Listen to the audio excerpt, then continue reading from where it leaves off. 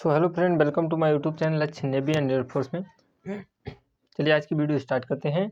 जैसा कि SK publication का मैंने पहले ही कह दिया है, एसके पब्लिकेशन का आपका जो प्रैक्टिस सेट चल रहा है 35 प्रैक्टिस सेट इंक्लूड है। तो ये प्रैक्टिस सेट याद रखिएगा।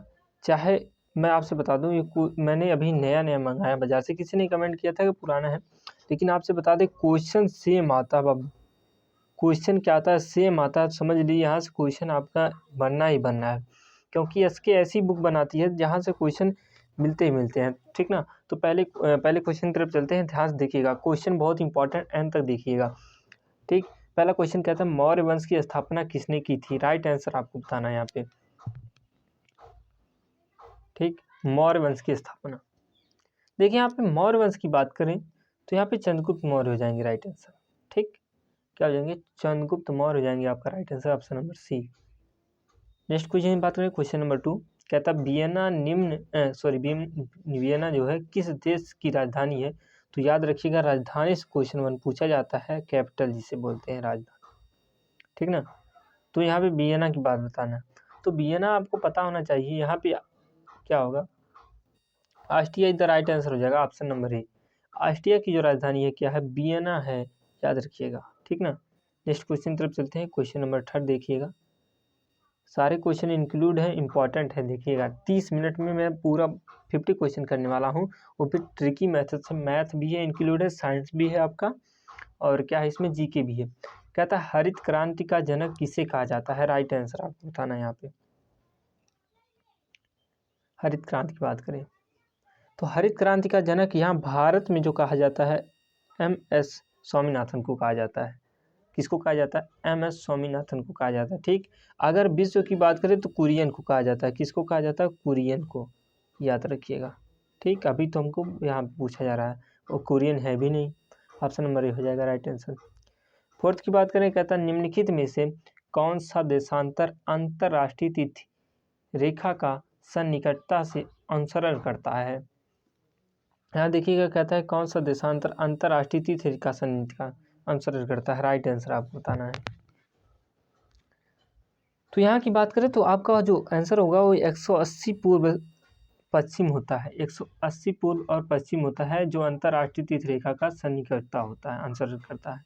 क्वेश्चन नंबर 5 की बात करें, 5 की बात करें, कहता है राजेंद्र किसका नाम है। तो राजेंद्र की बात करें, अभी तो आप क्या है, राजेंद्र वैसे जानते थे मिसाइलों में, क्योंकि आप नेवी में जाने वाले हैं तो कुछ मिसाइलों का नाम आपको जानकारी होना चाहिए।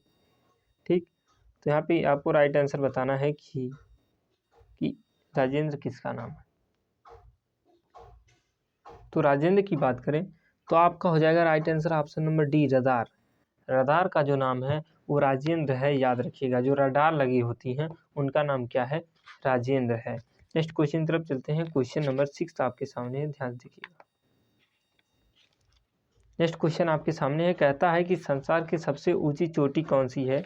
तो जैसा कि पिछले प्रैक्टिस सेट में इसकी तुलना हम कर चुके थे, संसार की जो सबसे ऊंची चोटी कौन सी। यहाँ पे आपको राइट आंसर बताना है, संसार की सबसे ऊंची चोटी।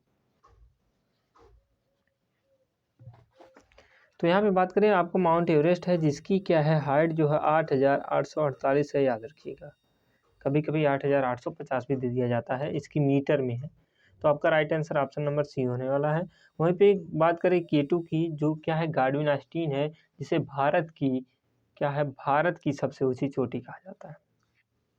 नेक्स्ट क्वेश्चन की बात करें, ध्यान देखिएगा। क्वेश्चन नंबर 7 कहता है निम्न में से, क्वेश्चन जो है निम्न में से सूर्य के सबसे नजदीक ग्रह कौन सा है। अभी आप लोग क्या है कहेंगे, बुध है।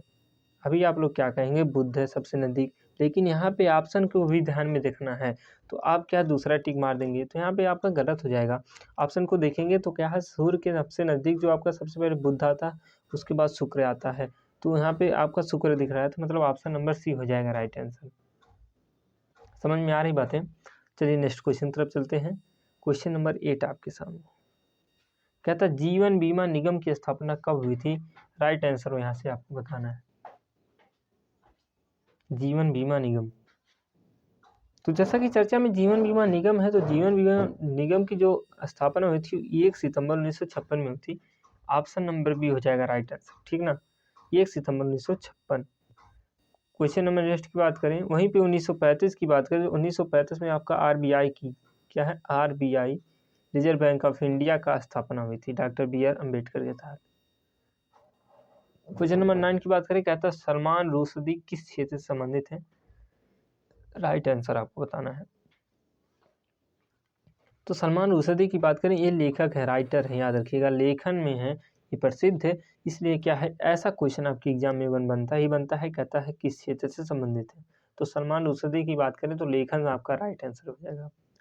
वहीं पे क्वेश्चन नंबर 10 की बात करें, कहता है कि प्रायद्वीपीय भारत की सबसे बड़ी नदी कौन सी है। ये क्वेश्चन आपकी दक्षिण भारत की नदी 2020 में पूछा गया था नेवी एमआर में, अभी प्रायद्वीपीय भी पूछा जा सकता है। तो यहाँ पे प्रायद्वीपीय की बात करें, कहता है कि प्रायद्वीपीय भारत की सबसे बड़ी नदी कौन सी है। तो यहाँ पे सबसे बड़ी नदी की बात करें प्रायद्वीपीय जो आपकी है वो गोदावरी है। कौन सी है, गोदावरी है, याद रखिएगा, ऑप्शन नंबर बी हो जाएगा राइट आंसर यहाँ पे। क्वेश्चन नंबर 11 की बात करें, कहता है सूर्य विषुवत रेखा से अधिकतम कोण स्थिति पर कब होता है। कहता है अधिकतम कोण, जब मैक्सिमम कोण कब बनाता है विषुवत रेखा से सूर्य। तो यहाँ पे राइट आंसर आपको बताना है। तब यहाँ पे अधिकतम जो क्या है कोण बनाता है वो अयनांत पर होता है। किस पे बनाता है, अयनांत पर। अयनांत पर आपका क्या है, सूर्य विषुवत रेखा से अधिकतम कोण बनाता है, ठीक ना। क्वेश्चन नंबर 12 की बात करें, कहता है पवन की गति का कारण है। जो पवन की मतलब हवाएं की गति होती है, झोंके होते हैं, उसका कारण क्या होता है। उसका कारण की बात करें तो उसका कारण होता है दाब प्रवणता। क्या होता है, प्रेशर का प्रवणता बनता है, इसलिए क्या है, झोंका होता है, बहुत तगड़ा झोंका। ठीक, समझ में आ रही बात है। तो दाब प्रवणता आपका ऑप्शन नंबर बी हो जाएगा राइट आंसर। और भी क्वेश्चन नंबर क्या है 30 की बात करें, कहता है 13, कहता है किस राज्य युग में उच्चतम तथा निम्नतम जनघनत्व पाया जाता है। मतलब अधिकतम और क्या है, न्यूनतम जनघनत्व पाया जाता है। दोनों क्वेश्चन यहाँ से आपको मिल जाएंगे।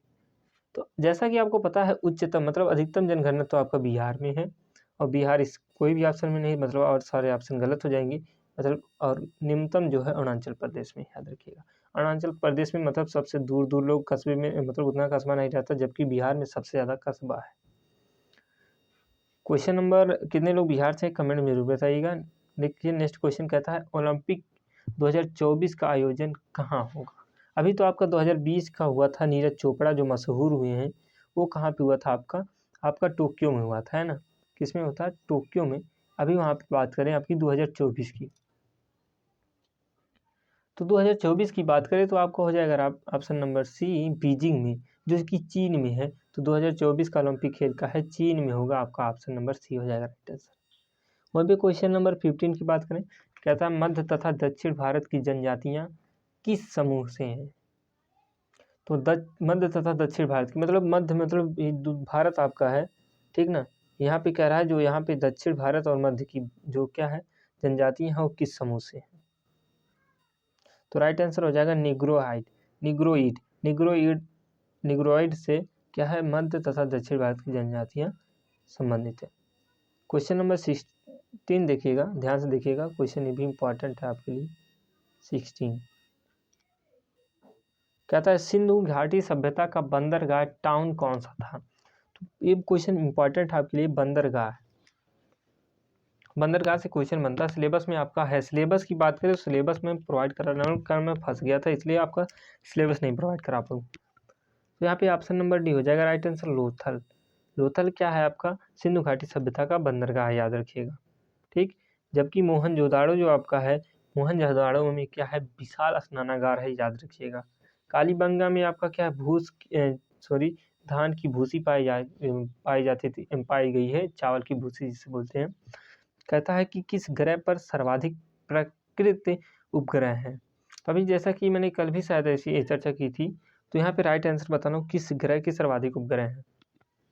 यहाँ पे सारे ऑप्शन दिख रहे हैं, तो हमने सोचा कि सारे ऑप्शन के बारे में क्यों ना चर्चा कर दी जाए।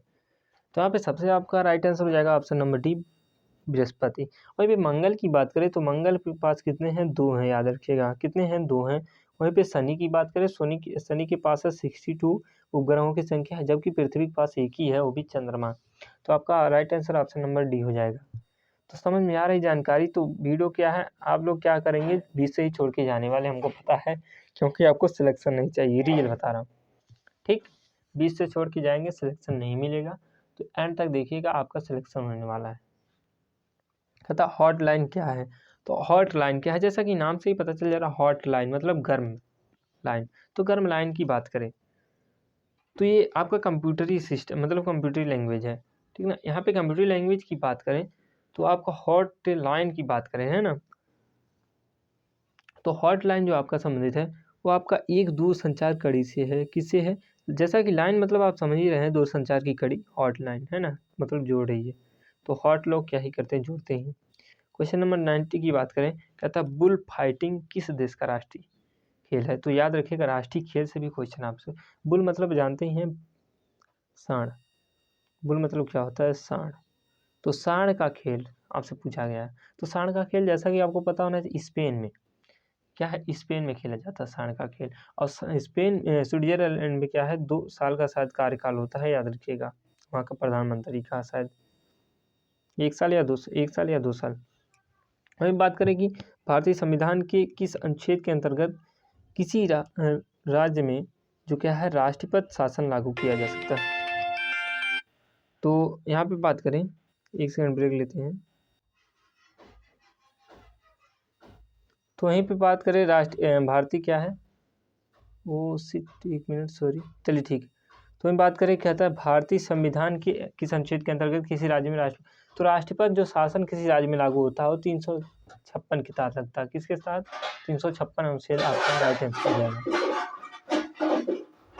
क्वेश्चन नंबर 21 की बात करें, ध्यान देखिएगा, कहता है क्षय रोग किससे होता है, तो क्षय रोग की बात करें, राइट आंसर आपको बताना है क्षय रोग जो है आपका किससे होता है, ठीक।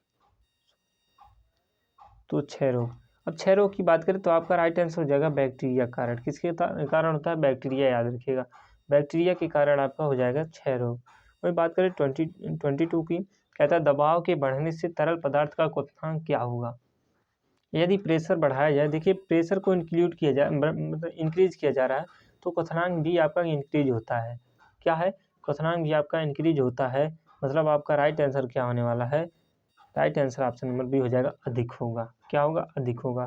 23 की बात करें, तभी तो दाल जल्दी पकती है कुकर में, कहता है निम्नलिखित में से कौन सा त्यौहार पैगंबर मोहम्मद के जन्म दिन पर मनाया जाता है, ये भी क्वेश्चन इंपॉर्टेंट है, जन्म मतलब त्यौहार की बात करें तो यहाँ पे ईद उल मिलाद जो आपका त्यौहार है, ईद उल मिलाद, ये आपका क्या है, पैगंबर मोहम्मद के जन्मदिन पर मनाया जाता है। वहीं पे बात करें क्वेश्चन नंबर 24 की, कहता है कोई वस्तु जिसे तार में आहरण कर सके उन्हें क्या कहते हैं, आहरण मतलब ग्रहण, तार में, तो कोई चीज़ अगर तार में ग्रहण कर सके वो तन्य होता है, ऑप्शन नंबर हो जाएगा राइट आंसर। वहीं भी 25 की बात करें, ध्यान सीखिएगा, जीके का एंड क्वेश्चन है, उसके बाद क्या है मैथ आपके स्टार्ट होगा।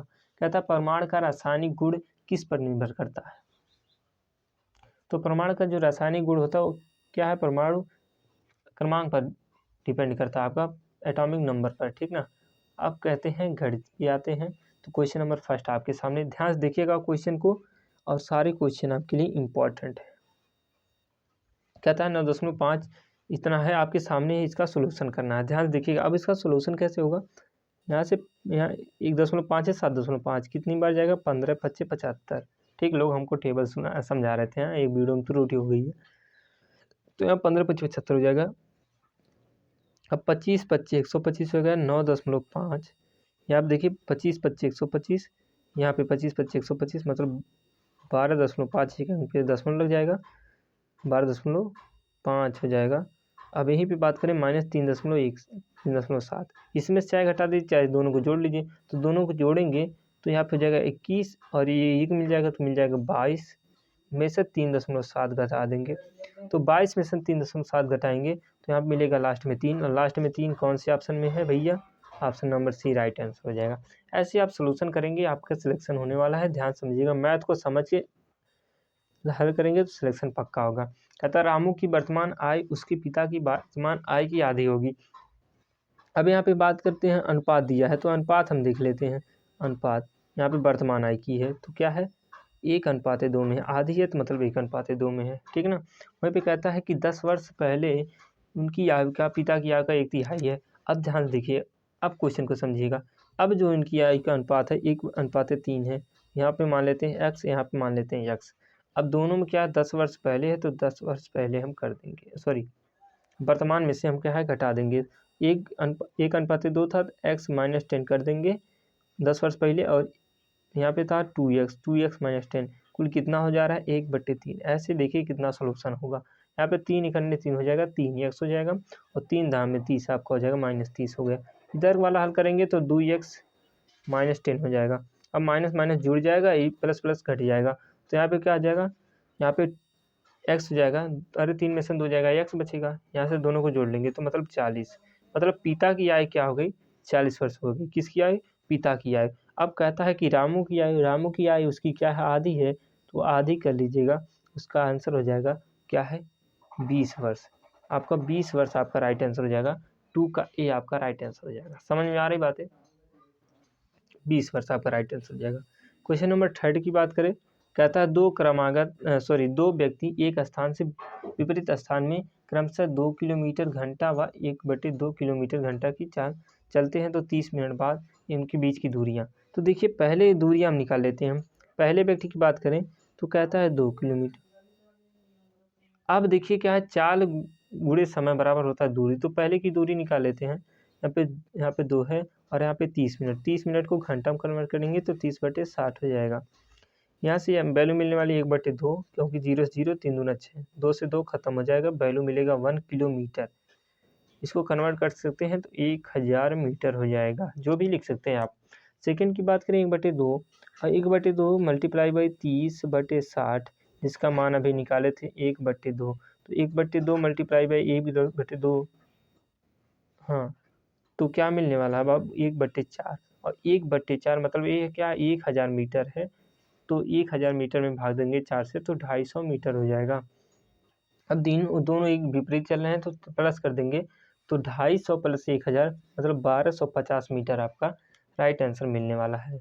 तो ऑप्शन नंबर ए हो जाएगा राइट आंसर। नेक्स्ट क्वेश्चन की बात करें, देखिए क्वेश्चन कितना जोरदार है और ट्रिक भी जोरदार है, ध्यान समझिएगा क्वेश्चन को। कहता है देखिए क्वेश्चन नंबर 4, कहता है एक वस्तु का अंकित मूल्य 125 रुपये है, यदि 8% छूट देता है तो विक्रय मूल्य क्या होगा। क्वेश्चन को करते हैं, ध्यान देखिएगा।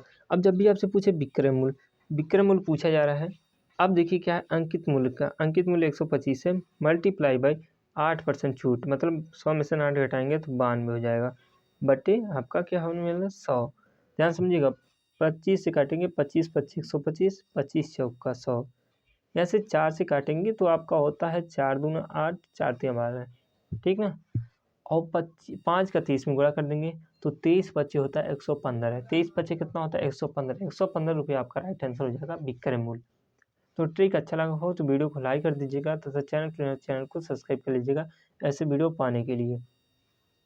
क्वेश्चन नंबर 5 की बात करें, कहता है 3 क्रमागत संख्याओं में बड़ी संख्या का वर्ग का 3 गुना दोनों संख्याओं के वर्ग के योग के 67 ज़्यादा है तो संख्याएं हैं। देखिएगा क्वेश्चन को ध्यान समझिएगा, क्वेश्चन बहुत जोरदार है, क्वेश्चन को समझिएगा। 3 क्रमागत संख्याएं हैं, तो देखिए पहले मान लेते हैं ऑप्शन की तरफ इस क्वेश्चन को करते हैं। पहला ऑप्शन देखिए 4 है, 5 है, 6 है। अब यहाँ पे बड़ी संख्या का वर्ग मतलब बड़ी संख्या 6 का वर्ग करेंगे तो 36 हो जाएगा, है ना। अब कहता है का 3 गुना, इसका क्या कर देंगे 3 गुना, ध्यान समझिएगा बात को। अब कहता है 3 गुना, फिर कह रहा है माइनस दोनों संख्याओं के वर्ग का मतलब इतना ज़्यादा है तो हटा देंगे, तो पहली संख्या 16 और इसका क्या है 25, दोनों को जोड़ लेंगे, देखते हैं 67 मिलता है कि नहीं। तो 36 दिया होता है 108 माइनस आपका यहाँ पे होने वाला 41, और 108 में से 41 घटाएंगे तो 8 में से 7 7, और यहाँ पे क्या होने वाला है 6, मतलब 67 आपका मिल गया, मतलब ऑप्शन ए हो गया राइट आंसर। देखिए कितना जोरदार तरीका था, समय भी बच गया आपका, क्वेश्चन का आंसर भी आ गया। ठीक, अब यहीं पे बात करें क्वेश्चन नंबर नेक्स्ट की। क्वेश्चन नंबर देखिएगा 6 आपके सामने है, कहता एक लड़की के 9/11 प्रायिकता पास होने की है तो उसके फेल होने की प्रायिकता क्या होगी। बता दें बिना कलम उठाए, चलिए देखिएगा बिना कलम उठाए इसका आंसर। अब आपको पता है कि प्रायिकता हमेशा 1 होती है, तो नीचे 11 है, नीचे 11 है, मतलब सारे ऑप्शन यहाँ पे सही है, मतलब डी भी हो भी सकता है, ए भी सही है। अब देखते हैं यहाँ पे क्या, कि किस संख्या को जोड़ने पर 11 मिलता है ऊपर अंश में, क्योंकि बेस बराबर है तो ऊपर भी जुड़ जाएगा। तो 9 2 11, 9 5 14 होने वाला है, 9 1 10 होने वाला है और 9 2 11, मतलब ऑप्शन नंबर बी हो जाएगा राइट आंसर। देखिए बिना कलम उठाए आप आंसर कर लिए हैं। तो नेक्स्ट क्वेश्चन तरफ चलते हैं, ठीक ना। तो नेक्स्ट क्वेश्चन आपके सामने है, क्या था, एक बेईमान दुकानदार अपनी वस्तु को लागत मूल्य पर बेचने का दावा करता है। मतलब वो कहता है कि जितने का हम खरीदे हैं उतने के ही बेचेंगे, परंतु वह 1 किलोग्राम के स्थान पर क्या है 950 ग्राम ही तौलता है। उसका लाभ परसेंट क्या है। अब इस क्वेश्चन को करिएगा, ध्यान समझिएगा, इनके बीच का अंतर, ये तो होता है 1000 ग्राम, यहाँ पे होता है 950, अंतर कितने का हुआ 50 का, 50 ग्राम का अंतर हुआ। अब देखिए क्या है, जितना वो तौलेगा मतलब 950 पे मल्टीप्लाई बाई 100। क्यों मल्टीप्लाई बाई 100, क्योंकि परसेंटेज में पूछा जा रहा है। 0 से 0 खत्म होने वाला आपका, 5 से काटेंगे 19 बार जाएगा। कितने बार जाएगा 19 बार। तो यहाँ पे मिलने वाला है 19, 100/19, 19 पचे 95 और 95 500, मतलब ऑप्शन नंबर ए हो गया राइट आंसर। 19 पचे 95, 5 से 5/19% आपका ऑप्शन नंबर ए हो गया उसका लाभ। क्वेश्चन नंबर 8 की बात करें, देखिए सॉल्यूशन आपका अच्छे से प्रोवाइड करा रहे हैं, ध्यान देखिएगा। ट्रिकी मेथड है, बेसिक नहीं है, ठीक। यदि कहता है ए इक्वल टू इतना है तो बी इक्वल टू इतना है, तो ए माइनस बी। अब यहाँ पे आपको बता दें ए माइनस बी क्या होगा। अब यहाँ पे देखना है, यहाँ से जो बड़ी संख्या मिलेगी वो तो हमारी सब में है, मतलब इसमें नहीं है 5 है, तो इसको 5 8 को छोड़ देंगे। जो उससे छोटी मिलेगी, क्योंकि आप बड़े में से छोटा घटा रहे हैं, तो छोटी ही हमारा आंसर हो जाएगी, मतलब 1 और 2 आपका आंसर हो जाएगा ऑप्शन नंबर ए। देखिए बिना कलम उठाए आप आंसर कर सकते हैं। क्वेश्चन नंबर 9 की बात करें, अन्यथा लोग कहते हैं कि ये नहीं वो नहीं, तो आप लोग क्या है, सुधर जाइए समझ जाइए बाबू। वही है कहावत ना, हाथी चलती जाती है कुत्ते भौंकते रहते हैं, वही कहावत है। अभी बात करें सेक 45 की, तो सेक 45 का आपको मान याद होना चाहिए। जितने मान है हम आपको बता देते हैं। पहला आपका होता है 1, 1 देखते हैं। 1 आपका जो आंसर है वो आपका होता है सेक 0 अंश, कितना का सेक 0 अंश। वही बात करें 1/2, तो सेक जो आपका है वो पाई, सॉरी सेक्स हो गया, जो क्या है 2 है, वो आपका होता है पाई/6 का मान, पाई/3 का मान, मतलब क्या है 60 अंश का मान। कितने अंश का मान, ये 0 का, ये 60 का। ये बात करें अंडर रूट 2 आपका होता है 45 अंश का मान। 1/√, 1/2 अंडर रूट होता ही नहीं है, 1/√2 होता ही नहीं है, मतलब ऑप्शन नंबर बी हो जाएगा राइट आंसर 9 का, ठीक। सारे मान याद रखिएगा, आपके इम्पॉर्टेंट के लिए, आपके एग्जाम के लिए इम्पोर्टेंट होंगे। वहीं बात करें 10 की बात करें, कहता है sine theta plus cos theta का वर्ग plus sine theta minus cos theta का वर्ग। इसको हल करते हैं, ध्यान देखिएगा, थोड़ा सा कंसेप्ट है, थोड़ा सा एकदम बेसिक है, लेकिन थोड़ा सा देखिए। दोनों का a प्लस बी की होल स्क्वायर से तोड़ देते हैं, तो sine square theta plus cos square theta, sine square theta plus cos square theta और plus 2 sine theta into cos theta. ध्यान देखिएगा, फिर क्या है, दोनों प्लस में है तो प्लस करिएगा, sign square theta plus cos square theta minus 2 sine theta into cos theta हो गया, ठीक। अब यहाँ पे बताना इसकी वैल्यू क्या होगी, तो प्लस यहाँ माइनस यहाँ खत्म, क्योंकि दोनों सम में है।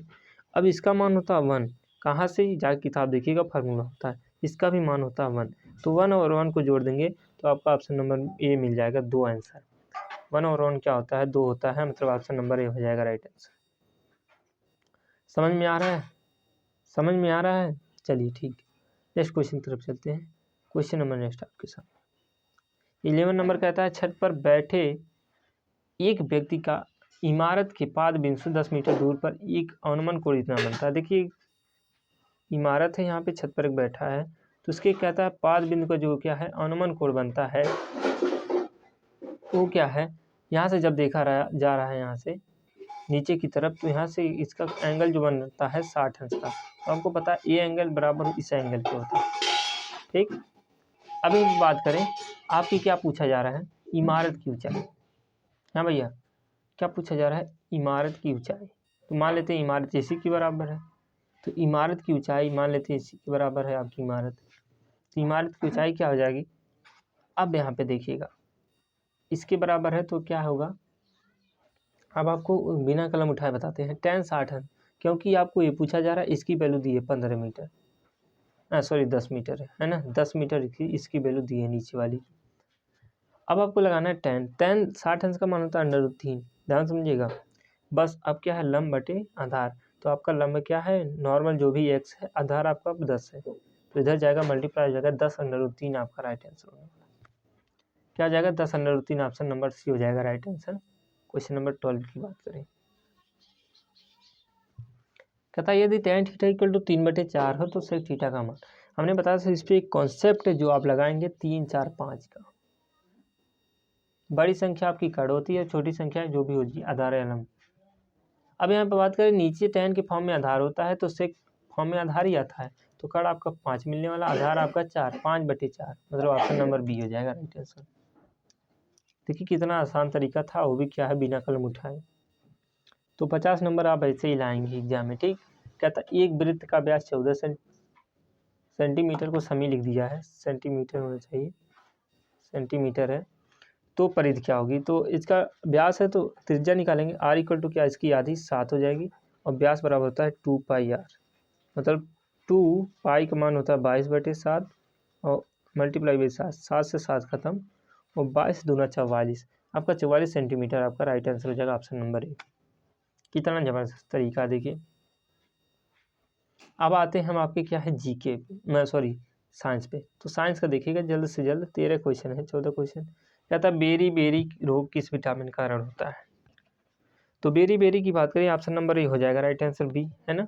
वहीं पर बात करें विटामिन सी की, स्कर्वी, विटामिन डी की रिकेटस, विटामिन ए की रतौंधी, आपको पता होना चाहिए। वहीं बात करें 56 की, कहता है H2S में HYS का संयोगी अनुपात है। तो जैसा कि यहाँ 2 है तो 2:1 हो जाएगा, यहाँ पे 1 है तो 2:1 हो जाएगा, option number B. Question number 16 की बात करें, कहता है सूर्य से आने वाली हानिकारक किरणों को वायु का कौन सा मंडल रोकता है। तो जैसा कि पता आपको, जो सूर्य से आती है वहाँ पे जो काम करता है, सूर्य से पराबैंगनी किरण जो आती है उसको रोकने का जो काम करता है ओजोन मंडल, O3, ओजोन मंडल मतलब O3 काम करता है, ठीक, ओजोन मंडल। वहीं पे 70 नंबर की बात करें, कहता है एक झील में बर्फ जमी हुई है तो नीचे के पानी का तापमान क्या होगा। एक झील है जहाँ पे बर्फ जमी हुई है, नीचे का पानी का पूछा जा रहा है, तो नीचे का पानी जो है 4 डिग्री से अधिक होगा, याद रखिएगा 4 डिग्री से अधिक होगा आपका नीचे का पानी, ठीक। नेक्स्ट क्वेश्चन की बात करें, ध्यान देखिएगा। क्वेश्चन नेक्स्ट है आपका क्वेश्चन नंबर 18, हाँ ये रहा। कहता है कि निम्न में से किसमें विद्युत धारा अधिक प्रवाहित होती है। विद्युत धारा अधिक किसमें प्रवाहित होती है। हम आपको बता दें, विद्युत धारा का जो अधिक प्रवाहित होना हो नमक के घोल में होता, पता है आपको, क्योंकि उसमें आपकी NaCl होती है। Cl जो आपकी है, Cl जो है इलेक्ट्रॉन है, माइनस है तो इलेक्ट्रॉन ज़्यादा प्रवाहित करती है, इससे सबसे अधिक जो धारा प्रवाहित होती है वो नमक की घोल में ही होती है। क्वेश्चन नंबर नेक्स्ट की बात करें, कहता है पोलियो से शरीर का कौन सा अंग प्रभावित होता है। पोलियो की बात करें तो पोलियो आपका क्या है, यकृत को डिस्टर्ब करता है, ऑप्शन नंबर डी हो जाएगा राइट आंसर। यकृत क्या हो जाएगा, इसमें बता रहा है स्नायु तंत्र। पोलियो आपका स्नायु तंत्र, सॉरी अमाशय होता है, तो स्नायु तंत्र मतलब अमाशय, ऑप्शन नंबर सी हो जाएगा राइट आंसर। वही बात करें क्वेश्चन नंबर नेक्स्ट की, कहता है कि निम्न में से कौन सी धातु प्रथम वर्ग में आती है। प्रथम वर्ग की बात करें, अब यहाँ पे प्रथम वर्ग की बात करें तो प्रथम वर्ग में आपका लिथियम आता है। कौन सा भैया, लिथियम आता है, याद रखिएगा। चलिए नेक्स्ट क्वेश्चन की बात करें। क्वेश्चन नंबर नेक्स्ट आपके सामने है क्वेश्चन नंबर 21, झलक दिखला जा, एक बार आ जा। कहता है एक वस्तु को 10 किलोग्राम भार वाली वस्तु को 10 मीटर ऊपर उठाने पर स्थितिज ऊर्जा का मान है। अब भैया आ गया आपका न्यूमेरिकल, ठीक ना, क्या आ गया, न्यूमेरिकल। अब इसको देखिएगा, अब यहाँ पे आपका जो भी मान मिलने वाला है, देखिए कैसे करना है, समझिएगा कंसेप्ट को, क्योंकि कंसेप्ट भी एग्जाम में आएंगे, दिखना है। यहाँ पे 9.8 है, ठीक, जी आपका होता है, यहाँ पे क्या है, भार है, मॉस है, तो 10 है और मल्टीप्लाई बाई क्या है आपका 10 मीटर है, डिस्टेंस है, तो सबका मल्टीपल कर दीजिए। तो मल्टीपल करेंगे तो क्या है, ये 9.8 है, ठीक ना। तो एक अंक, एक 10 से एक अंक का दशमलव खत्म हो जाएगा, 98 दान में 980 जूल मिलने वाला आपका स्थितिज ऊर्जा, ठीक ना। 22 की बात करें, कहता है कि सूर्य से आने वाली किरणों में अवरक्त किरणों का कितना हिस्सा होता है। अवरक्त किरणों का कितना हिस्सा होता है, राइट आंसर आपको बताना। तो अवरक्त किरणों की बात करें तो आपका होता है 50%। कितना 50% याद रखिए। वहाँ पे क्वेश्चन नंबर 23 की बात करें, कहता है कि सूर्य के प्रकाश में कौन से तत्व की पूर्ति होती है। तो सूर्य के प्रकाश, जैसा कि आपको पता, ऑप्शन नंबर बी हो जाएगा राइट आंसर, विटामिन डी, जो क्या है रिकेटस के रोग के लिए होता है। विटामिन डी कमी से रोग होता है रिकेटस। 24 की बात करें, कहता है एक पिंड की गतिज ऊर्जा 4 जूल है, द्रव्यमान 2 किलोग्राम है, तो पिंड का वेग क्या है, गतिज ऊर्जा दी है, काइनेटिक एनर्जी द्रव्यमान m। आपको पता है कि वेग, अब यहाँ पे होता है kinetic energy equal to half mv²। ठीक बाबू, यहाँ पे काइनेटिक एनर्जी 4 है, तो 4 दूना 8 हो जाएगा, इक्वल टू क्या है m भी दिया है तो बटे 2 कर दीजिएगा, इक्वल टू v²। तो अब मिलने वाला है 4 का वर्गमूल मतलब 2, तो वेग क्या हो जाएगा 2 मीटर पर सेकंड, ऑप्शन नंबर बी हो जाएगा। कैसे आया, क्योंकि यहाँ निकाला जाएगा हाफ mv², ठीक, हाफ mv²। बी की वैल्यू पूछा जा रहा है, m दिया है और k भी दिया है, यहाँ का आपका सोल्यूशन मिला 2। 25 की बात करें, कहता है सरल आवृत्ति गति करते समय अधिकतम विस्थापन पर स्थिर ऊर्जा का अनुपात होता है। तो उस समय जो अनुपात होता है 1 के बराबर होता है, ऑप्शन नंबर सी हो जाएगा राइट आंसर। तो यदि आपको वीडियो अच्छा लगा हो तो वीडियो को लाइक कर दीजिएगा तथा चैनल को सब्सक्राइब कर लीजिएगा ऐसे वीडियो पाने के लिए। तो मिलते हैं नेक्स्ट वीडियो, तब तक जय हिंद, वंदे मातरम।